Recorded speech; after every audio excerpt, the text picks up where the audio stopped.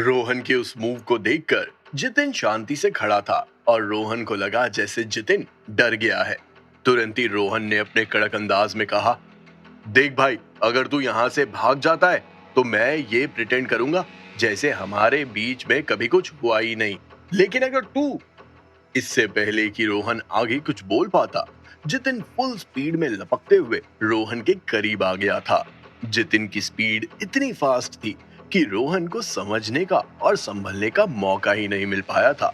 जब रोहन ने जितिन को अपने बेहद करीब देखा तो तुरंत ही रोहन ने अपनी टांग ऊपर उठाते हुए फाइट बैक किया। रोहन ने सोचा था कि उसकी एक लात से ही जितिन ढेर हो जाएगा और कई मीटर दूर जाकर गिरेगा, लेकिन असल में ऐसा कुछ भी नहीं हुआ। जितिन से लड़ना रोहन के लिए बिल्कुल भी आसान नहीं निकला। रोहन की किक को जितिन समझ गया था और तुरंत ही जितिन ने रोहन की किक को डॉज कर दिया था। इसी के साथ जितिन ने अपने दूसरे हाथ का इस्तेमाल करते हुए रोहन की टांगों को पकड़ते हुए उसे अपने कंधों पर उठा लिया था। इडियट! रोहन ने एक्सपेक्ट नहीं किया था कि जितिन उसकी किक को इतनी आसानी से डॉज कर देगा। एक पल के लिए रोहन स्टन रह गया था। उसी वक्त उस गोल्डन बाल वाली लड़की ने चिल्लाते हुए कहा, रोहन, अपॉर्चुनिटी बनाओ और मारो उसे। रोहन, तुम कर सकते हो। जब रोहन ने देखा कि उसके ग्रुप वाले उसे चीयर कर रहे हैं तो रोहन ने मौका देखते हुए जितिन के चेहरे पर एक जोरदार मुक्का जड़ दिया था। उस मुक्के की वजह से जितिन का बैलेंस बिगड़ा और रोहन जितिन के कंधों से नीचे आ गया था। अब दोनों एक बार फिर से आमने सामने थे। रोहन के शानदार टैकल को देखते हुए उसके ग्रुप वाले बहुत खुश थे। जिस टैकल को जितिन आराम से जीत रहा था, रोहन ने उस टैकल को खत्म कर दिया था। भले ही रोहन के मुक्के से जितिन हिल गया था और इसी के साथ रोहन जितिन के कब्जे से आजाद हो गया था, लेकिन जितिन के लिए वो मुक्का कोई खास नहीं था। रोहन को लगा कि अगर वो एक टैकल जीत सकता है तो सारे टैकल जीत सकता है। इसीलिए एक बार फिर से रोहन ने आगे बढ़ते हुए जितिन के चेहरे पर एक मुक्का जड़ने की कोशिश की, लेकिन जैसे ही रोहन का हाथ जितिन के चेहरे के पास आया, वैसे ही जितिन ने अपने दूसरे हाथ का इस्तेमाल करते हुए रोहन की इस चाल को बर्बाद कर दिया था। जितिन के इस मूव को देखकर रोहन को बहुत गुस्सा आया और उसने तुरंत ही अपना मुंह खोलते हुए कहा, इडियट, मैं भी देखता हूं कि तू कब तक मेरे मूव्स को ब्लॉक कर पाता है। धमकी देने के बाद रोहन ने फिर से जितिन पर अटैक किया, लेकिन जितिन ने इस बार भी रोहन के अटैक को बर्बाद कर दिया। ये देखकर रोहन को गुस्सा भी आ रहा था और साथ ही साथ वो काफी एम्बैरेस्ड भी फील कर रहा था। अपने ग्रुप की ब्यूटीज के सामने रोहन ने बड़ी बड़ी बातें तो बहुत कर दी थी, लेकिन अब अगर उसने जल्दी से जल्दी जितिन को ढेर नहीं किया तो रोहन की पुंगी बजने वाली थी। जब रोहन का ग्रुप रोहन और जितिन को फाइट करते हुए देख रहे थे, तब उस ग्रुप की सबसे सुंदर लड़की शोभना ने वरीडली कहा, पूर्वी, मुझे तो लगता है कि रोहन के पास कोई एडवांटेज नहीं है। क्या तुम उसकी मदद करना चाहती हो? कोई जरूरत नहीं है शोभना। रोहन स्कूल में ताइक्वांडो एक्सपर्ट रह चुका है। पिछले साल ही उसने ताइक्वांडो कंपटीशन में फर्स्ट प्राइज जीता है। क्या तुम्हें दिख नहीं रहा है कि वो इस फाइट को कितनी शांति से लड़ रहा है? क्योंकि वो उस लड़के के मूव्स देखना चाहता है। एक्सपर्ट्स हमेशा ऐसा ही करते हैं। जैसे ही पूर्वी के मुंह से ये शब्द बाहर आए, वैसे ही शोभना ने कहा, लेकिन मुझे लग रहा है कि वो फायदा। इससे पहले कि शोभना अपनी बात खत्म करती, पूर्वी ने उसे बीच में ही टोकते हुए कहा, ऐसा कुछ भी नहीं है, तुम बस शो एंजॉय करो। ये सारा ड्रामा देखकर विराज ने अपने दोनों कंधों को ऊपर की ओर उठाया और चिल्लाते हुए बोला, जितिन, मैं तुम्हें 10 सेकंड दे रहा हूं। अगर 10 सेकंड में तुमने ये फाइट खत्म नहीं की तो मैं तुम्हारे पैसे काट दूंगा। 10 सेकंड फाइट खत्म करने के लिए? जब उस ग्रुप की लड़कियों ने विराज के मुंह से वो शब्द सुने तो सभी स्टन रह गई थी। वो गोल्डन बाल वाली लड़की जिसका नाम पूर्वी था, वो अचानक से हंसते हुए बोली, शोभना, सुना तुमने उस लड़के ने क्या कहा? उसे लगता है कि वो हमारे ताइक्वांडो एक्सपर्ट को 10 सेकंड में हरा सकता है। रोहन, तुमने भी सुना ना उसने क्या कहा? हे रोहन, तुम्हें क्या हो रहा है? हंसते हुए पूर्वी विराज की बात का मजाक बना रही थी कि तभी अचानक से उसने देखा कि उनका taekwondo expert Rohan semi conscious state में जाता हुआ दिखाई दे रहा था। तो उसकी आंखों के सामने अंधेरा छाने लगा था। रोहन, रोहन, हमें इस तरह मत डराओ। जैसे ही पूर्वी के मुंह से ये शब्द बाहर आए, वैसे ही एक जोरदार धड़ाम की आवाज आई और इसी के साथ रोहन भाई साहब जमीन पर गिर पड़े थे। जैसे ही सबने देखा कि रोहन जमीन पर गिर गया है, तो सभी दौड़ते हुए रोहन के करीब पहुंच गए थे। अब किसी को भी विराज की नहीं पड़ी थी, उन्हें अपने दोस्त की चिंता हो रही थी। विराज भाई, चलो चलते हैं। रोहन को हराने के बाद जितिन के कदम विराज की तरफ बढ़े और उसने विराज से चलने के लिए कहा। विराज ने रोहन की ओर देखते हुए कहा, ये मरा नहीं है ना? मरेगा नहीं, बस बेहोश हुआ है, थोड़ी देर में उसे होश आ जाएगा। जैसे ही जितिन के मुंह से ये शब्द बाहर आए, वैसे ही विराज ने अपना सिर हिलाया और बोला, ठीक है, अच्छी बात है, लेकिन जितिन, आजकल तुम कुछ ज्यादा ही आलसी नहीं हो गए हो?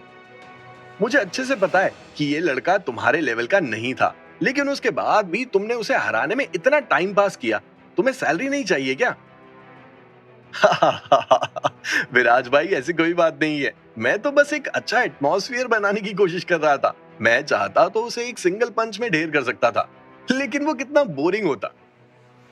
जितिन के मुंह से निकले इन शब्दों को सुनकर विराज स्पीचलेस हो गया था। ऐसा लग रहा था जैसे जितिन भी लड़कियों के सामने अब शो ऑफ करना सीख गया था। सही मौके पर रोहन को पंच मारकर जितिन ने सभी का ध्यान अपनी ओर आकर्षित कर दिया था। बस बहुत हुआ, एटमॉस्फेयर बनाने से अच्छा है कि हम इस सिचुएशन को अच्छे से टैकल करें और बाहर आए, समझे होशियार चंद?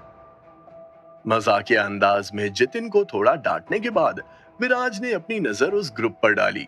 जब विराज ने देखा कि उस ग्रुप की सबसे सुंदर लड़की शोभना उसे बदले की भावना से देख रही है, तो तुरंत ही विराज ने अपना मुंह खोलते हुए कहा, जितिन, जल्दी करो, हमें यहाँ से निकलना है, वरना उसके बाद में हमें यहाँ से भागने का मौका नहीं मिलेगा।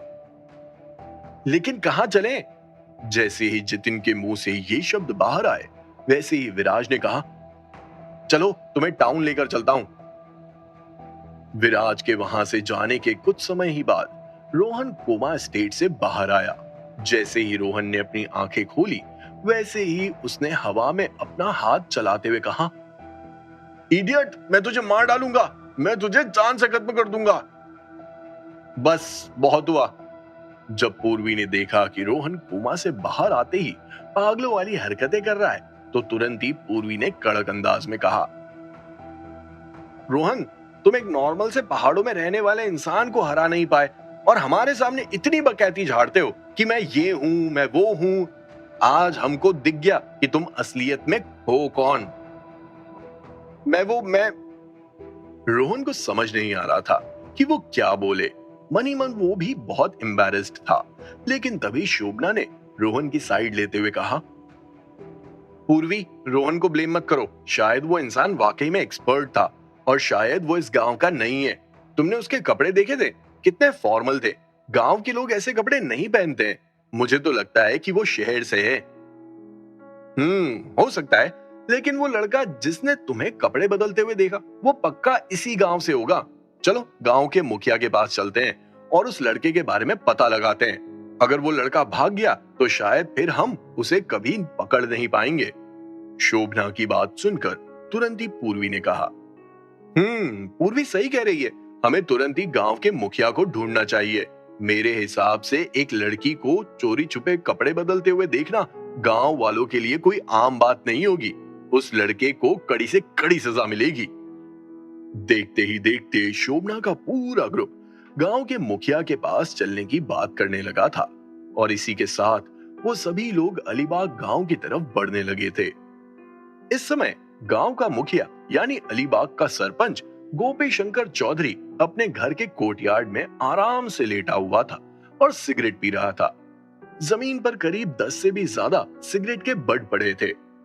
सिगरेट का आखिरी पफ लेने के बाद जब गोपी शंकर ने एक और सिगरेट जलानी चाही, तो उन्हें एहसास हुआ कि सिगरेट का पूरा पैकेट खत्म हो गया है। तुरंत ही उन्होंने अपनी वाइफ से कहा, अरे सुनती हो, मेरे लिए सिगरेट का नया पैकेट लेकर आओ। गोपी शंकर की बीवी कुएं के पास में कपड़े धो रही थी। जैसे ही उनके कान में गोपी शंकर के लिए नए सिगरेट के पैकेट लाने वाले शब्द सुनाई पड़े, तो उनकी दोनों भौहें ऊपर की ओर उठ गई और तुरंत ही उन्होंने अपने कड़क अंदाज में कहा, कैसी सिगरेट? अपने आप को देखो, जब से तुम बाहर से वापस आए हो एक के बाद एक सिगरेट फूके जा रहे हो। नीचे देखो, 10 से ज्यादा सिगरेट तो मुझे दिखाई दे रही है। क्या तुम्हें कैंसर का डर नहीं लगता? अरे यार, तुम क्या बकवास बातें कर रही हो?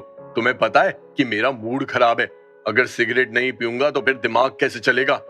गोपी शंकर के मुंह से निकले शब्दों को सुनकर उनकी वाइफ चौंक गई थी। अगर सिगरेट पीने से दिमाग चलता है तो बादाम खाने वाले लोग तो पागल हैं, है ना? और एक बात बताओ, सुबह तो तुम्हारा मूड एकदम बढ़िया था, अंगूर खा रहे थे। बाहर जाने के बाद अचानक से क्या हो गया? जब से घर आए हो सड़े हुए बैठे हो, क्या बात है?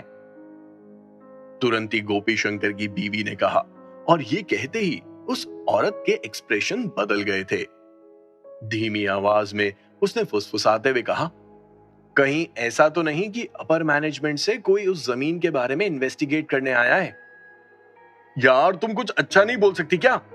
ये बोलते हुए गोपी शंकर ने घूरते हुए अपनी बीवी को देखा और उस बुझी हुई सिगरेट को जमीन पर फेंकते हुए कहा, मेरे भाई के होते हुए कोई मुझ पर उंगली कैसे उठा सकता है? गोपी शंकर की बातें उनकी बीवी को समझ में नहीं आ रही थी। उनकी बातें सुनकर और उनकी हरकतें देखकर वो और भी ज्यादा कंफ्यूज्ड हो रही थी। तुरंत ही उन्होंने अपना मुंह खोलते हुए अपने पति से पूछा, आखिर ये सब चल क्या रहा है? क्या कोई मुझे बताएगा? ये सब कुछ उस विराज जिंदल की वजह से हो रहा है। जैसे ही गोपी शंकर के मुंह से विराज का नाम बाहर आया, वैसे ही उनके चेहरे पर गुस्सा छा गया था। विराज जिंदल? जैसे ही गोपी शंकर के मुंह से ये शब्द बाहर आए, वैसे ही उनकी वाइफ सोचने लगी थी कि उन्होंने ये नाम आखिर कहां सुना है। याद आते ही वो एकाएक सरप्राइज्ड होते हुए बोली, सुनो, क्या तुम उस विराज जिंदल की बात कर रहे हो जो कुछ साल पहले सुब्बू और सुषमा के साथ हमारे गांव आया था? और कौन विराज जिंदल हो सकता है? इस गांव में कोई अमीर विराज जिंदल तो है नहीं, वो एक अनाथ ही है, तो वो ही आएगा ना। ये बोलते हुए गोपी शंकर चिढ़ने लगे थे। जैसे ही उनकी बीवी को उस विराज जिंदल का कंफर्मेशन मिला, वैसे ही उन्होंने चौंकते हुए कहा, वो लड़का अभी तक जिंदा है? वाह, क्या किस्मत है उसकी।